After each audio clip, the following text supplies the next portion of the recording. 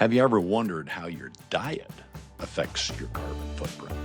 In this episode, we'll get in, quantify that, and look at ways you can lower.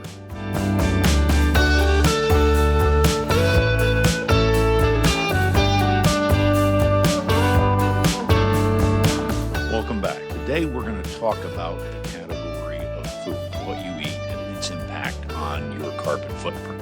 It's different from the three other major areas that we've been addressing: driving, heating your home, and your electricity consumption, in three different ways. The first one is those other categories required an upfront investment in order to make a huge reduction in those emissions. Buying an EV, putting in solar panels, buying a heat pump. Here, there's no real big upfront investment needed. It's just your day-to-day decisions around what you buy and what you eat. The second major difference is those other three categories. It's pretty much all about carbon dioxide emissions directly. With food, there's two other greenhouse gases: methane, which is basically natural gas, and nitrous oxide. Those two gases are a lot more intense in their ability to trap heat. However, they don't last as long. And so as we go through this analysis, the scientists put it on a carbon dioxide equivalent basis, so you can compare it with those other categories.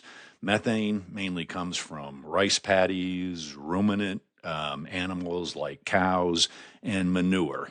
Basically when you break down organic material without enough oxygen, methane's produced rather than carbon dioxide. Nitrous oxide comes from excess fertilizer used. Most synthetic fertilizers are made by burning natural gas to make ammonia, urea, and other fertilizers. They're very cheap, and farmers like to use a lot because you can't over-fertilize.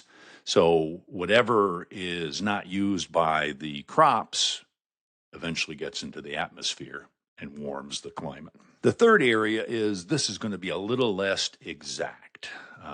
Before we got our utility bills, calculated how much we drive per year. There's many different kinds of foods, many different kinds of diets, and many different farms and ways you can produce food. So the calculation of your carbon footprint is going to be a little bit less precise. However, this may be for you the largest and likely the most attackable category that we've seen. If you don't own a house and you don't have a lot of money to invest in those other things, this may be the one area you can make a difference immediately.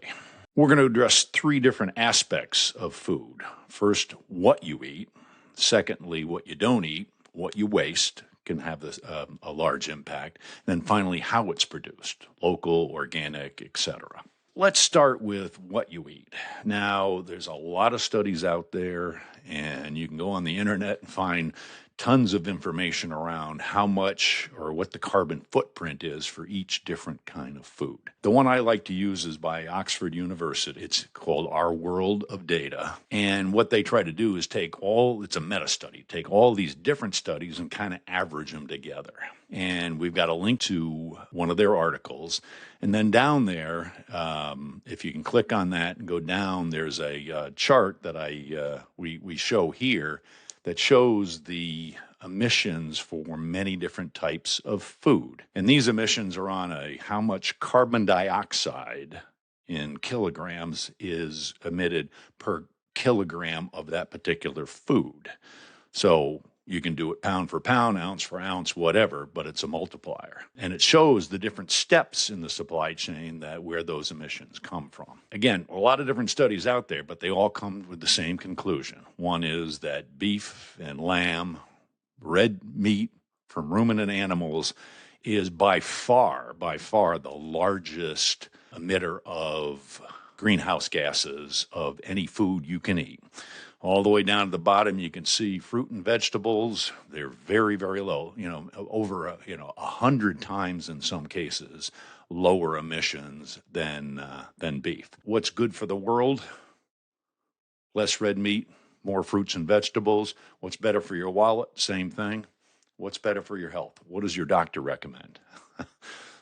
less red meat, more fruits and vegetables. Some other things you can note here is that pig meat, poultry, and fish are much lower greenhouse gas intensity than beef. One, they're not ruminant animals, they don't produce methane. And secondly, the time to slaughter is much, much lower. A beef herd on grain takes about 2 years to get to slaughter. A pig, 6 months. A chicken, 2 months.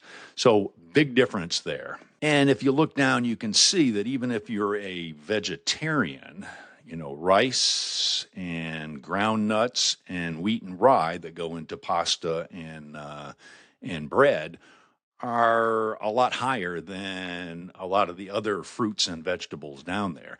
Beans are not down there, but they're down in the 0.4 type range. You can conclude by this that, hey, to make a large difference, just qualitatively, in your carbon footprint, change your diet according to these numbers. But how does that compare with your other opportunities? Well, we do have a calculator here. It's not one that we developed, but it's one that the Harvard University developed, and we've got a link there that you can put in your diet and get a baseline read on what your carbon footprint is, and then make some changes, play with it, and see how much it's reduced. So I'm going to take you through a few examples here. First one is a heavy beef diet. So this is a Big Mac for lunch, or a quarter pounder, or whatever, and a small steak. Look at the serving sizes. So 2 to 3 times per day. No chicken, bacon for breakfast, no seafood or fish, 2 eggs for breakfast, and 2 servings of cheese, one for the quarter pounder and one for the omelet. Then we go over no beans or legumes. This is the plant-based food. 1 fruit, 1 vegetable. You had toast for breakfast and the Big Mac roll. And fat and oil will put a bag of chips on there. So we click on that. You don't actually have to fill this out and calculate my footprint. And you can see here 2 numbers to note. One is the carbon, so that's 3,300 kilograms per year. And they have the nitrogen here, but down below in the second paragraph, they convert that into carbon. So it's 13,000 kilograms. So you add that up, that's over 16,000 kilograms per year. Put it on a pound basis, that's over 32,000 pounds of carbon dioxide a year. Recall back in the carbon footprint, 2 people driving 13,500 miles a year, a car adds up to only 20,000. So you're well above that here if you're a big beef eater. Let's go back and open up the calculator again and do my new diet. Since I've studied these things, I don't eat any beef, chicken, pork. I'll have 1 fish per day, and then I go over to here and eat a lot, 2 to 3 times beans and legumes, 2 fruit, 2 vegetables, no wheat grains, no rice, and 2 to 3 nuts and seeds. So take a look at this, and you see we're from 3,000, we're down to 300 kilograms, and only 1,100 kilograms carbon equivalent of nitrogen. So that adds up to about 3,000 pounds a year. So by doing that, the heavy beef to my diet, you've reduced over 90% of your carbon footprint. Huge. One more quick example to say, well, I don't want to go that far. I'm going to have chicken for dinner, fish for lunch, and eggs for breakfast, actually 2 eggs. And we're going to add some beans, some fruit, and more fruit, vegetables, and maybe one thing of wheat and grain. Calculate your footprint. There, you're 550 plus 2,800 kilograms there. That's adds up to about 7,000 pounds versus the 30,000 pounds. Just by making those changes, you've halved your carbon footprint associated with your eating. So you can make a huge and quick impact here. And again, it's not only good for the world, it's good for your wallet, and it's good for your health. If you go down and then click on these recommendations in the third paragraph, you'll come to a website, the Nutrition Source, and it gives you a lot of different options on what you can do, how you can change your habits, recipes, and things like that. One area I wanted to point out is down here around food waste. And here they give you a whole set of examples on what you can do. In the U.S., almost a third of what's produced is wasted. And a lot of it is at the grocery store and in your house. Look at what you throw away. Think about your buying habits. Do you buy a huge amount of perishable goods, 2-for-1 sale? Or do you look at the day-old produce and say, hey, I'm going to use this right away? That reduces an enormous amount of waste. You can freeze your leftovers and things like that. Personally, when I'm at somebody else's house or out to dinner, if there's leftover steak, I eat it. I love steak. I wouldn't buy it because of the carbon footprint, but I wouldn't want to waste it. The third category is how it's made. You've heard of buy local, buy organic, buy sustainable, and all these different things. It gets a little complicated. Organic is the one that's most highly regulated, and it's not just about carbon footprint. It's about pesticides and antibiotics, but it is around fertilizer, natural fertilizer versus synthetic and things like that. At the end of the day, fruits and vegetables, organic, you'll pay more, but it will reduce the carbon footprint of those by 20-30%, but they're pretty low to begin with.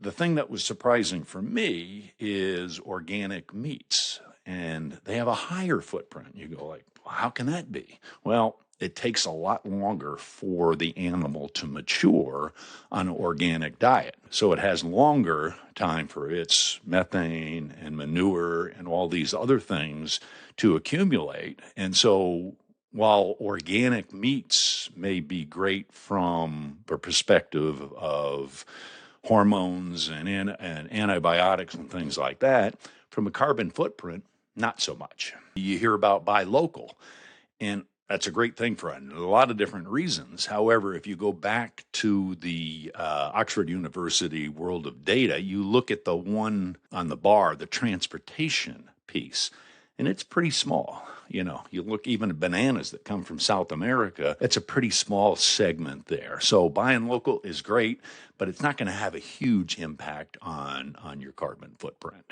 So again, sit down, look at where you are today, compare it to your other categories, the driving, heating, and electricity, and where you want to spend your time, effort, and energy, and how you might want to change your diet for your health and for the world. Thanks again for listening. Thank you for listening to Fade Your Footprint, a show about home decarbonization. Make sure you visit my website, fadeyourfootprint.org, and check out my free tools or book a Zoom session with me to take steps toward reducing your personal carbon emissions.